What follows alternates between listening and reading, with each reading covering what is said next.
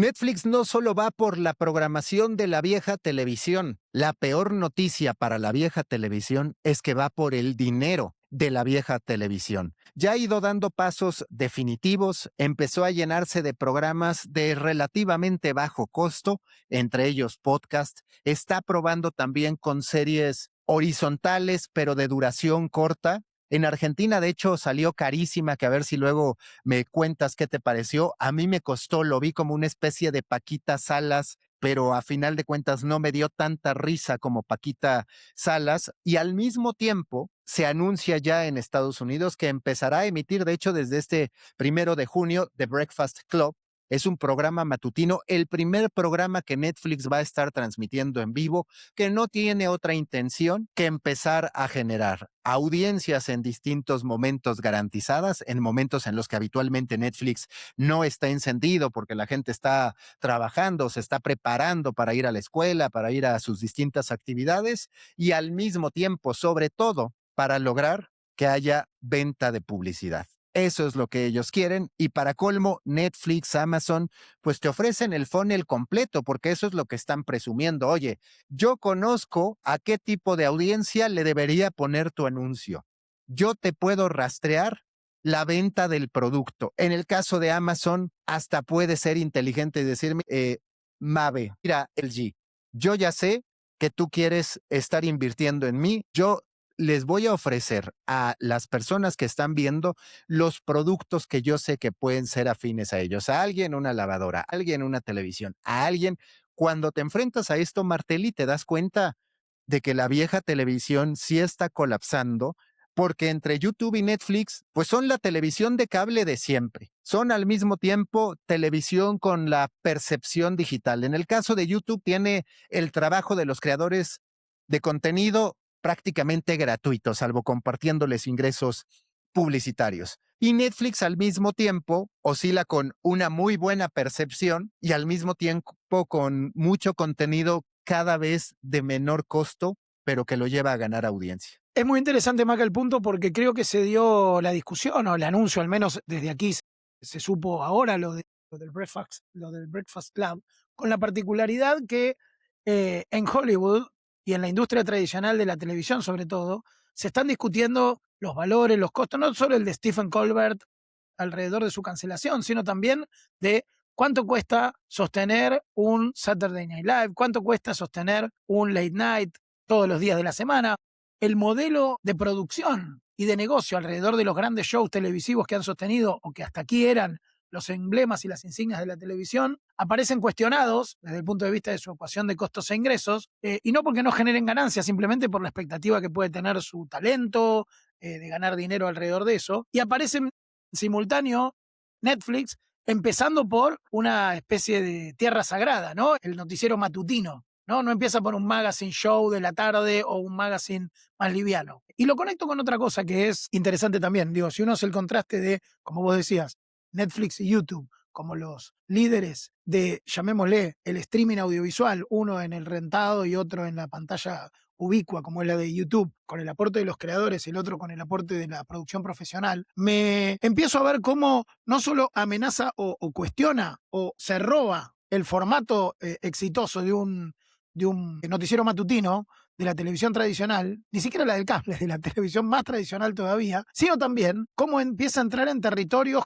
que podrían haber sido los territorios al que hubiera ido el New York Times, por ejemplo, que está también dando sus batallas y que como medio tradicional tranquilamente podía haber instalado como casa productora un show de información matutino del estilo tradicional en una plataforma gratuita o incluso en una plataforma como Netflix, ¿no? Y a ver, es que si lo piensas, el matutino tiene una enorme bondad. Es donde hay marcas de producto de consumo, de alimentos, donde hay mucho tema de electrodomésticos también. Es decir, hay una categoría, te diría que hasta más grande que en los late night shows, que en programación nocturna, que tal vez es muy acotada.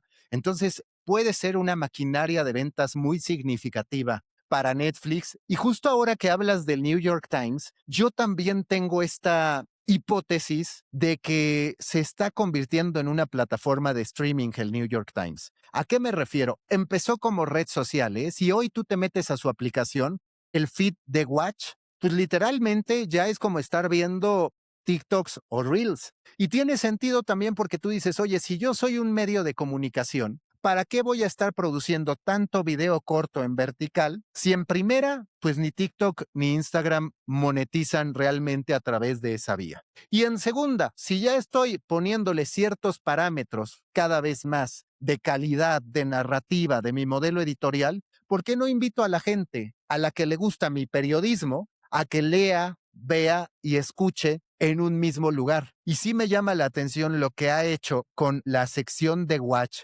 el New York Times, porque literalmente es su conversión en red social y está ganando tiempo de estancia del usuario, que yo lo digo, para mí todo medio de comunicación hoy, más allá de la dificultad de tener audiencia directa, sí debería pensar en cómo integrar el contenido que hace en sus redes sociales, sobre todo cuando hay niveles de calidad sostenidos, para decir, pues mira, aquí te estoy poniendo los videos verticales, combinado con texto, combinado con mis podcasts, que increíblemente los medios no lo hemos hecho. Los medios seguimos casi siempre con la experiencia de mira los banners, mira la mala experiencia, de repente, mira el impreso.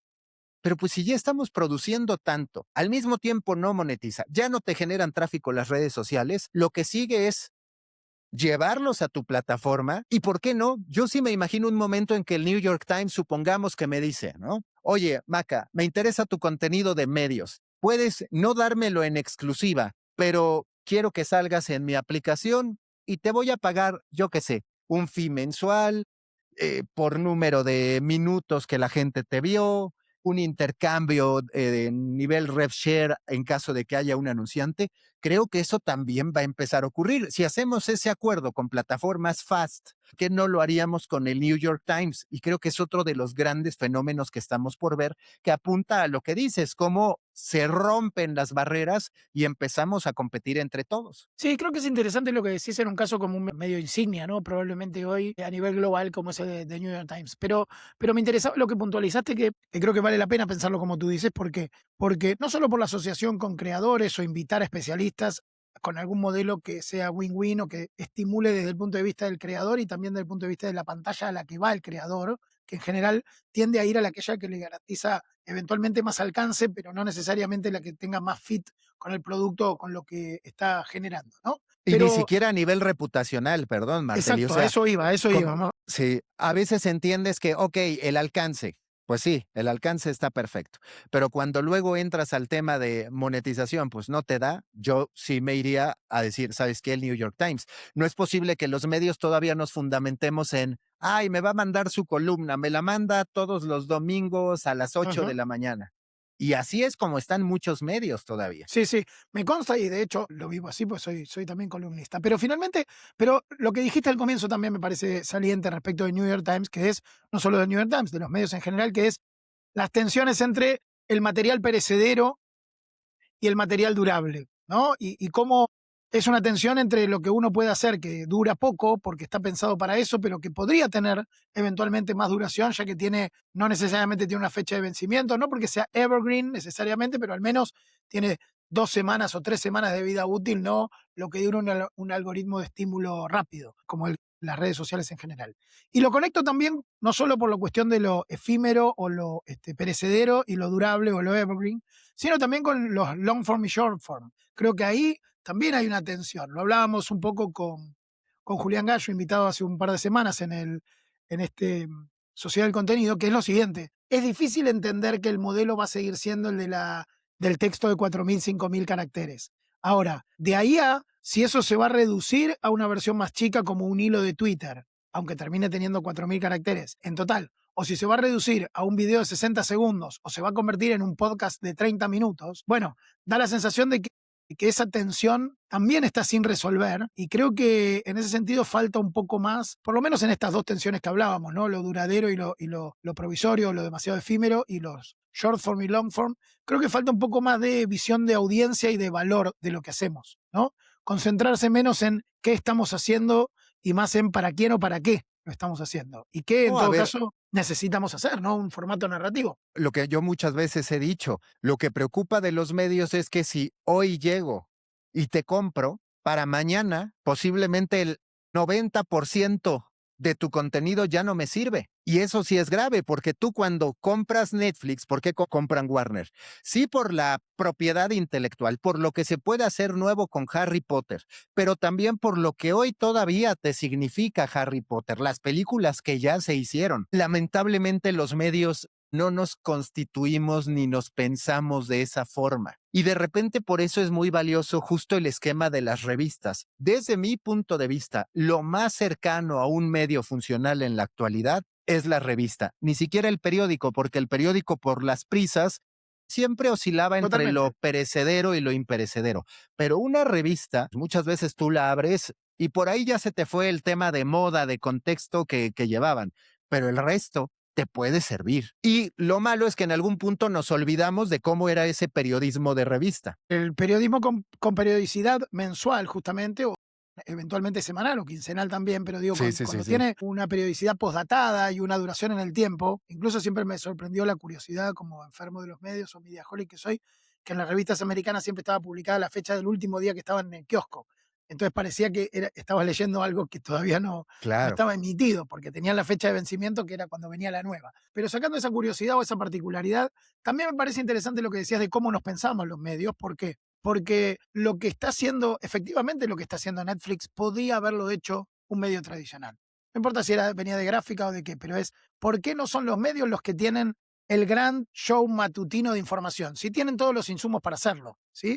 De alguna manera Infobae, aquí lo ha intentado con el streaming, tratar de convertir, pero está muy despegado de su propia redacción o de su usina de contenidos. No aprovecha sus atributos. En todo caso, sí su pantalla masiva o su capacidad de generar contenido digital a escala. Pero siento que ahí hay una cierta desconexión entre la producción y la oferta, digamos, y la demanda. Sí, sí, luego ya se suman los eventos y demás, pero es una realidad que los medios tienen que pensar cada vez más en cómo extraer valor de su contenido. Y yo insisto, hoy que es tan complicado estarte atosigando, estar lidiando con el algoritmo, si tú a mí me dijeras, oye, estos tres medios te van a ofrecer una plataforma. Que agarrar el New York Times y dijera, ¿sabes qué? Yo como New York Times voy a lanzar una aplicación que también tiene el periodismo de The Atlantic, una aplicación que también tiene el periodismo de POC. Pues en una de esas yo lo aceptaría, ¿sabes? Quiero ver solamente en el feed las cosas de tres periodistas o de cinco publicaciones. Creo que cobraría muchísimo valor porque paradójicamente sería finito, sí con un buen inventario, pero finito. Y eso te termina dando más tranquilidad que ansiedad. Cierro con eso porque me parece un tema sobre el que vengo siguiendo y me parece muy valioso. Creo que en la abundancia, por no decir la infinitud, hay colegas de Doc Shapiro, algunos que hablan de contenido infinito. A mí me gusta hablar de contenido abundante en el sentido de que ya excede el tiempo que tenemos para dedicarle la oferta que nos interesa. Ni siquiera digo todo el slope que hay. La que nos interesa nos llevaría más tiempo del que disponemos. Creo que lo que decías de la finitud o de la oferta acotada, llamémosle curación, llamémosle filtro, llamémosle un criterio de selección, un digesto, como se llamaba el Reader's Digest, ¿no? El digesto para los lectores. Cualquiera de esos, y que de hecho era, como dijiste, una revista y era una publicación que lo que hacía era curar de lo disponible una selección para el lector hecha a forma de digesto, de publicación ordenada. Creo que en alguno de los artefactos del pasado, y no digo que esa sea la solución, pero en alguno de los artefactos del pasado, pienso en vos decías el magazine, pienso en el bulletin, pienso en el digesto de lectores, aparecen algunas pistas que en el universo digital abundante o infinito de contenido nos pueden ayudar a entender por dónde viene la capacidad de generar valor. Totalmente. Y porque también creo, a mí me pasa, que uno como periodista, creador, adicto de los medios, dices, ¿cómo me puedo diferenciar? No con un video, no con un video corto, por más que pueda tener 1 millón, 2 millones, 100,000 views, no es así como me voy a diferenciar. Es más probable hoy que me pueda diferenciar lanzando una revista, publicando cualquier cantidad de libros, que hoy yo te lo digo, ese es uno de mis objetivos, porque sí digo, si todo está empatado intelectualmente y a nivel creativo, más allá de ciertas pericias o no para editar, conviene salirte de ahí e irte al ultranicho, pero de tal modo que cuando alguien pregunte, oye, ¿quién es el especialista de esto? No es que haya 1,000 seguidores de diferencia o 2,000 o 1 millón, sino que haya cualquier cantidad de bibliografía que increíblemente creo que va a volver a ser un filtro en medio de tanto y tanto conocimiento robado y de tanto, porque además, no sé si te pasa, de repente te metes a X, piensas que hay muchísimas publicaciones y todas dicen prácticamente lo mismo, o sea, es un tiempo perdido en el que ni siquiera es que te pongan pura cosa útil de muchas personas, es una reiteración de lo mismo, a veces hasta de bots,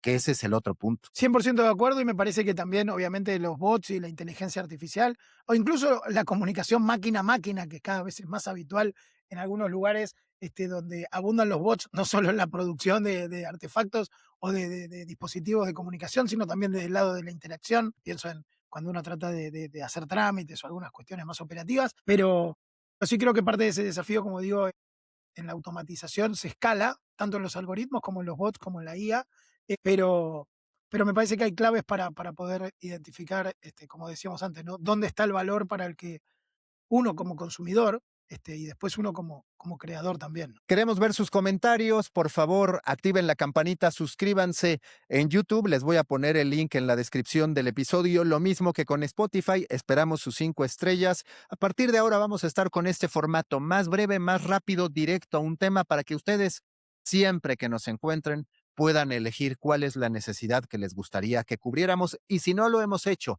envíennos comentarios. Esta fue una nueva entrega de Café Mundial, cada vez más cerca de la Copa del Mundo. Nos vemos pronto.